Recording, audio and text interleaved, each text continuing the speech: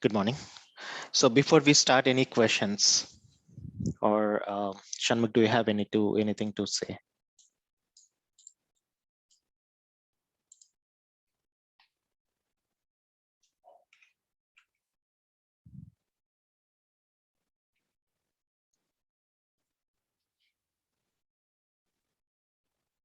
Okay, so I'll take it as no. So then we'll go forward.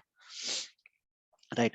So yesterday we were discussing about select query, right? So how select query works. So this is a typical query life cycle in so in terms of select statement, right? Let's say you have so select query that you are executing. So this is a typical so architecture or a query life cycle, like how it goes through and get the result set. So initially, so I have not mentioned any network, so SNI packet or network interface, TDS packets and all. So this is a basic query cycle. So just a moment, let me put all together here. So yeah, so you ran a select query. So it initially go for parsing, right? Parsing is we discussed, it is a validation of syntactical so validation, syntax validation. So then it go for binding is nothing but a schema binding. And so metadata is nothing but so defines the data. So in simple words, for example, let's say your name, so name is ABC, right? So if you mention ABC, so we don't know what is that ABC, so you should have to define the name. So name is called a metadata, so it defines a data, right? So we call it as a metadata. So it is binding that so data types, data schema binding and everything. So it is also called as algebraizer, right? So once this is done, then it will create a query tree. So query tree, I told you, right? So it is a so it is a kind of normalizing the query into multiple segments, and it will pass to the query optimizer, right? Query optimizer is the so heart where it creates a plan for the query uh, by searching multiple so optimization levels, right? So if it is what is trivial plan, so if it is a simple query, let's say select star from table, so without any joins, without any so complexity, if you execute that select star from table, so it we call that as a trivial plan, right? So then if it is not trivial, right, so we call it as a full optimization plan, right? What is full optimization plan? So let's say, for example, we have some joins, or we it is using some indexes, or it is going for parallelism. So all these searches, we call it as a full optimization. I'll show you that how it looks like by executing a query, right? So that you will understand in a better way, right? So it keep on so within fraction of seconds, right, even within fraction of milliseconds, the optimizer identifies a best optimized plan for SQL Server. I mean, optimized plan for this query, right? For this simple query, optimizer will identify is a better plan, right? So it's not actually a better plan, it is a uh, like optimized plan. See here the statement, the goal of optimization, query optimization, is not to find the best execution plan, right? So it is to find a good enough execution plan. So there is a difference, right? So if it keep on searching for best plan, then it takes more time to so identify the plan. Instead of that, it will pick a good enough execution plan to execute this query, right? So that identified by the optimizer. So this is just so added execution and result set. So this is the same way. Optimization, once optimizer generate the plan, either it is a trivial plan or full optimization plan, then it will go for execution. So execute, sorry, so query executor executes the query, then we get the query result set, right? So I'll just so show you how it looks like. For example, let's consider a simple query, right? So this is simple query. This is just simple query in AdventureWorks. So I'm not using any joins or any conditions here. So this I will explain in detail, like, so how to read the execution plan and all. Don't worry. For now, just wanted to show you the difference between full optimization and the trivial plan, right? So I'm just executing this query in AdventureWorks. So AdventureWorks, if you are not aware, so we get this AdventureWorks from so Microsoft free download. So you can download this AdventureWorks so you can play around, right? So I'm executing this and we got some records like 290 records. And if you go to execution plan, so I have captured actual execution plan, right? So this is just to remember, this is just to show you what plan it is, right? So we are not going to discuss detail about the so icons we have. So this we call it as an operator. So we are not going to discuss more in detail. So I'm just wanted to show you the plan, what plan it is. Just go to the properties of this select, right? So if you see here, right? So if you see here, the optimization level is trivial. So trivial is a simple query that we execute, right? So without any optimization, without any joins or without any conditions, constraints or anything. So it is just a simple select statement, right? It is going for, it is showing as a trivial, right? So trivial. And then if you execute this same with some joins, right? So if you execute this with some joins, right? So we have inner join. So I will explain these joins as well. So not logical joins. I'll basically explain physical join operators when we talk about the query performance. So right. So it covers logical as well. So don't worry, I'll explain that. So if I execute this query, so we got some data, right? So based on this query, we got some records like 17 or something. And we see here, so some join condition and all. If you go properties of this, and if you see here, the optimization level is full, right? So the optimization level is full, right? So this is the difference between a full optimization and trivial plan. Trivial plan is simple, non-optimized execution plan, which is generated by the query optimizer. So it will not search, so thoroughly to get the plan. So it is just, so it picks the basic plan without any optimization, right? So when it go for optimization level, so it this diagram, if you remember, so these are the optimization levels. It will search for phase 0, phase 1, phase 2, like that. It will identify the plan. So if there is any join conditions or if there is any so constraints or any triggers or anything, if you are using, so it will go for further level searching to optimize the query. So we do have so some trace flags. So I am not going to discuss much into, but if you use these trace flags, it will skip that optimization level. For example, this is undocumented. I'm not going to discuss much because we should not use these trace flags in the production. I'm just using the same query with this trace flag. So if you disable this trace flag, I mean, if you enable these trace flags, then we are basically disabling the trivial execution. If you see here, execute, and if you go here, properties, it is going for full optimization, right?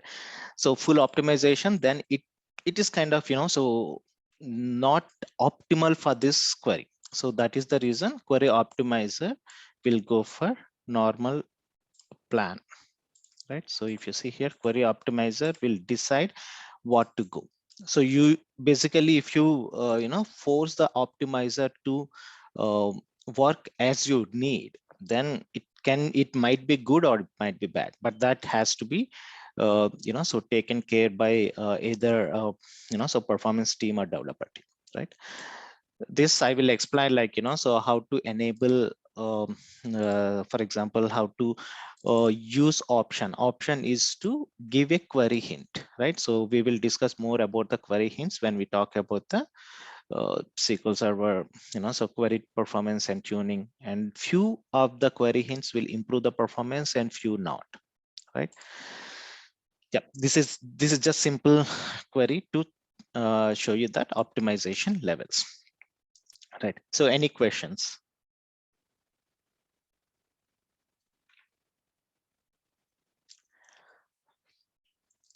Okay. Good. So this is the query life cycle of your simple select statement. So even if it is a so update query or any DML statements, the result set and execution and result set, everything will be the same, right? So only thing, if it is update or insert or delete, so you will not get any result set. Instead, you will see that the statement is completed or whatever it is. So we will be discussing more when we do any DML operations, how that works, right? So we are going to discuss that. Done. So this is so simple. So I found this is interesting and good, so to demonstrate the DML operations.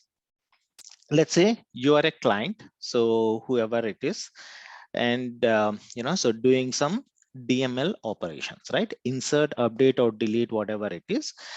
So it is going through the same process, so network libraries, and it will be going through SQL Server to using TDS packets, right? So this is same as select TDS packets. It will be wrapping the SQL statement into so one or multiple TDS packets, and it will be sent to the protocol layer, right?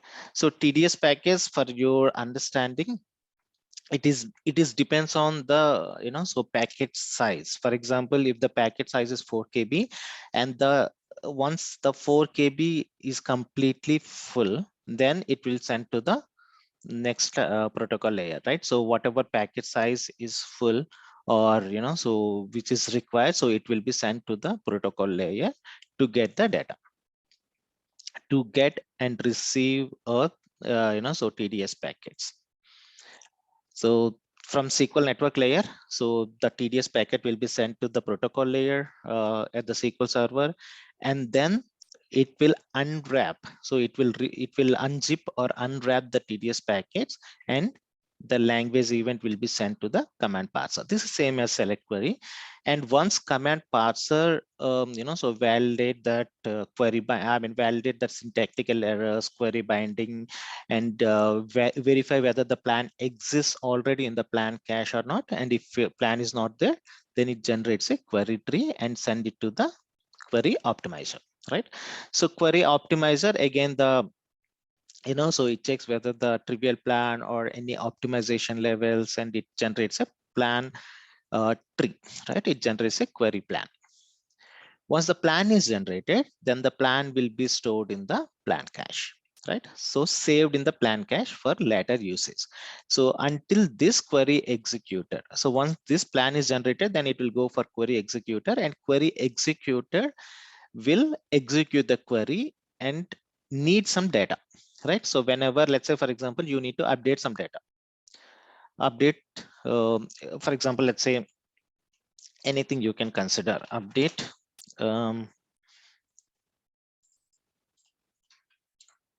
set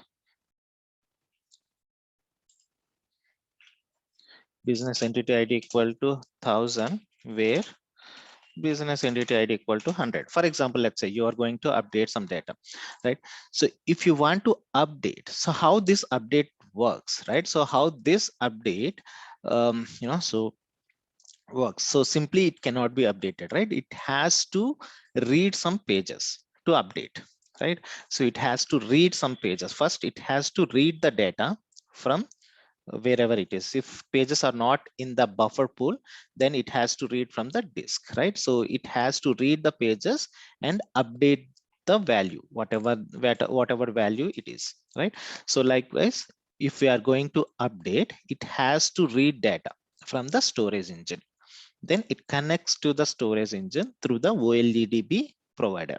right? This is a OLEDB is a communication channel or communicator between relational engine and the storage engine that we discussed until so access method, this is same for select or update or any DML operations or any operations, right? It connects to the access method, and access method has the some internal code to get, so it detects like how many pages we required to get the data, or how much how many reads it requires, or how much data it is required. So it has that information, right? So based on that, it will identify, or it will pass that information to the buffer manager. So this is the buffer manager that we have. Now this is the key point. So buffer manager, it checks the page is available or not, right? In where it checks the data cache. So this is the data cache we have. Buffer manager, it checks whether the data is available or pages are available in the data cache or not. If pages are not available, then what will happen?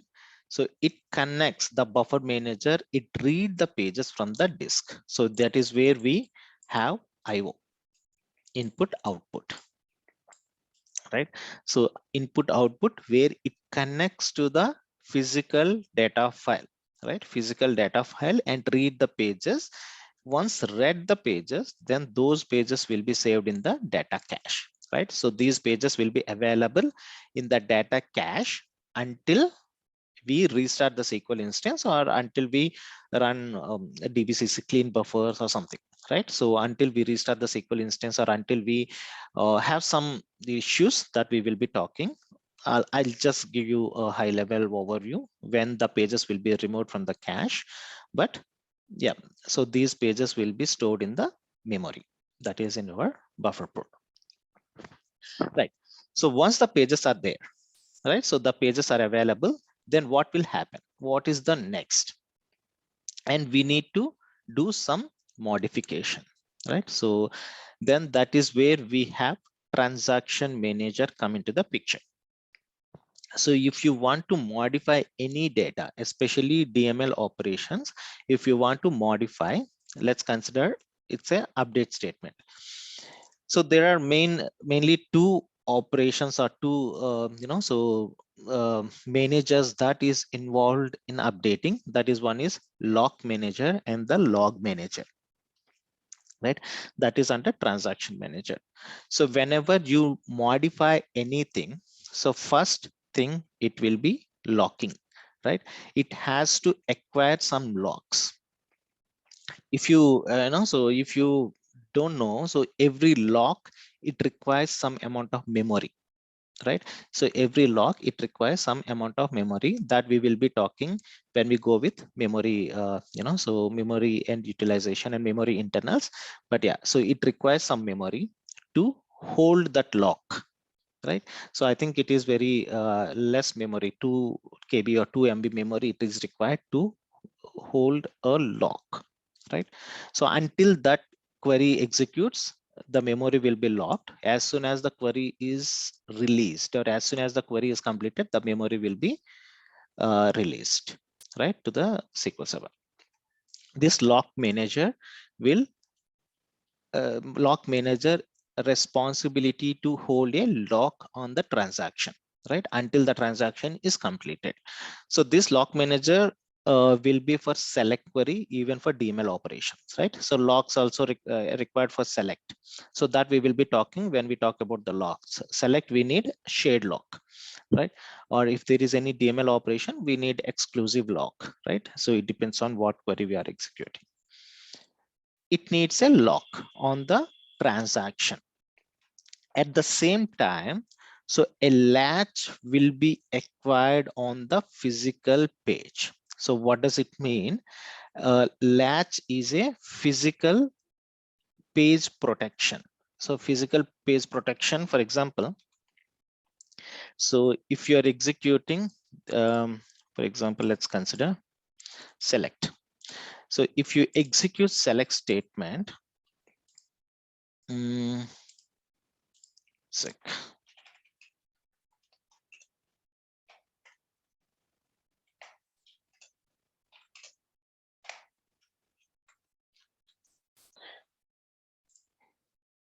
Okay, so if you execute select statement, it reads 9 pages, right? So it reads 9 pages to get the data. For example, let's consider, and Latch acquires on these 9 pages to protect from another transaction or another query to acquire a latch or another query to modify these pages. For example, it is a select query, so shared latch will be acquired. Latch, what is latch? Latch is to so I would say, like, so a physical protection of your page, right? Protection of your physical page, which is there in the either memory or disk, right? So we have different types of latches. We will talk more later. So I will explain. So if the page is available in the memory, that is called page latch. When the page is not in the memory, we are reading from the disk, it will be page IO latch, right? So we will discuss more in detail, but for now, understand this lock manager will be taken care of the transactional locking and also latching of your data pages, right?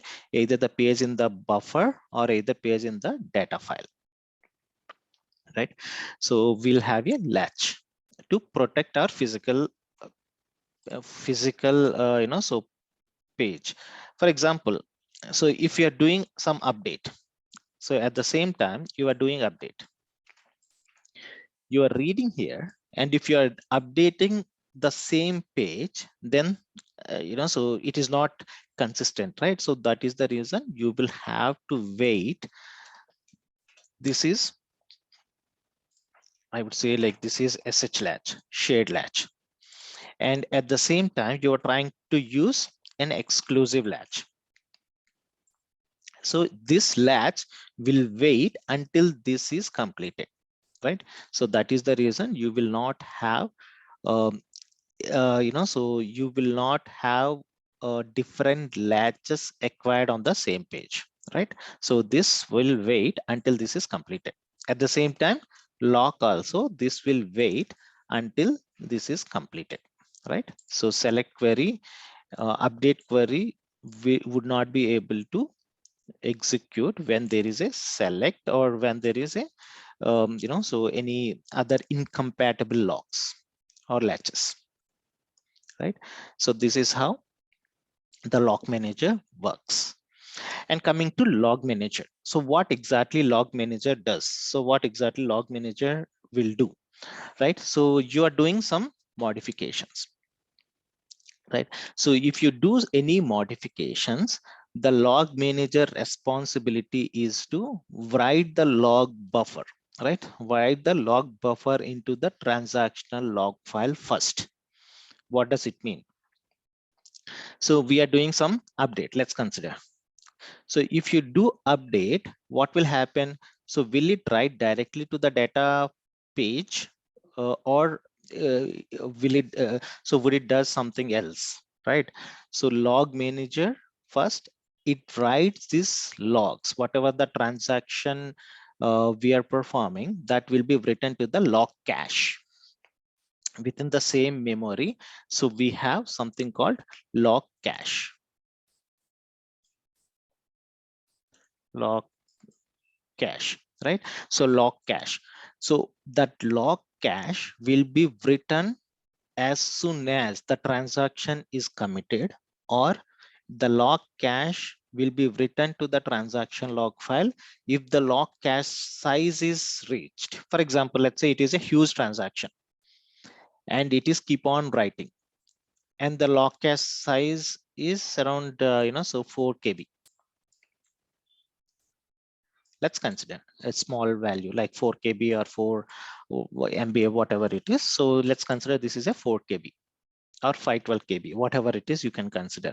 So log cache size. So we don't have exact visibility to check what is the size of log cache, but let's consider this is the size of log cache, right? Once this is reached, 4 KB is reached, then the log, so that complete log cache will be flushed into the log file. Or if the transaction is committed, let's say log cache size is 1 KB for this transaction, and the transaction is committed. So it will not wait for this 4 KB to fill. So it will immediately flush into the log file, right? Transaction log file. So that will be taken care by the log writer thread. So we will be discussing more, so threads and scheduling in SQL OS going forward. So don't worry about it.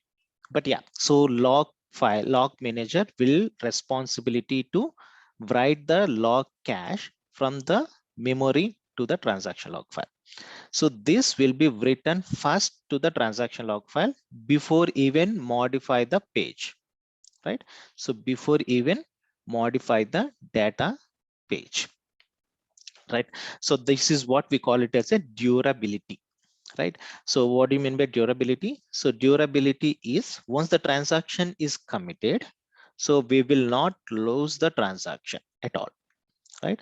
Or once the transaction is written to the data file, once the transaction is written to the log file, we will not lose the transaction if it is committed, or if it is uncommitted, so we will roll back the transaction. That we will talk, so I'm not going into recovery phases, but I'll just high level I'll talk, right?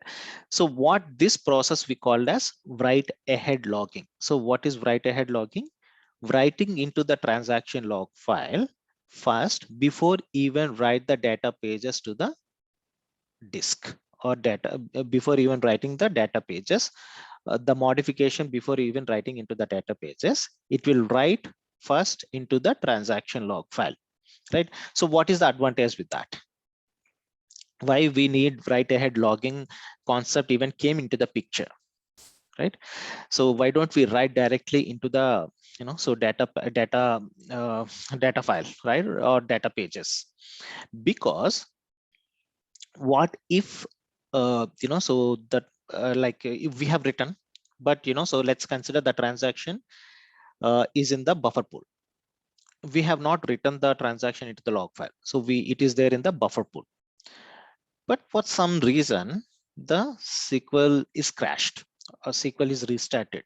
So what happens to the modifications, or what happens to the transactions which are committed, right? So those will be lost, right? Because the buffer pool is a temporary work area where we store the data pages, right? So those should be either roll back or roll forward. So with the help of transaction log file, uh, so that is the reason write ahead logging is helpful in recovering your transaction, right? That is what log manager does, right?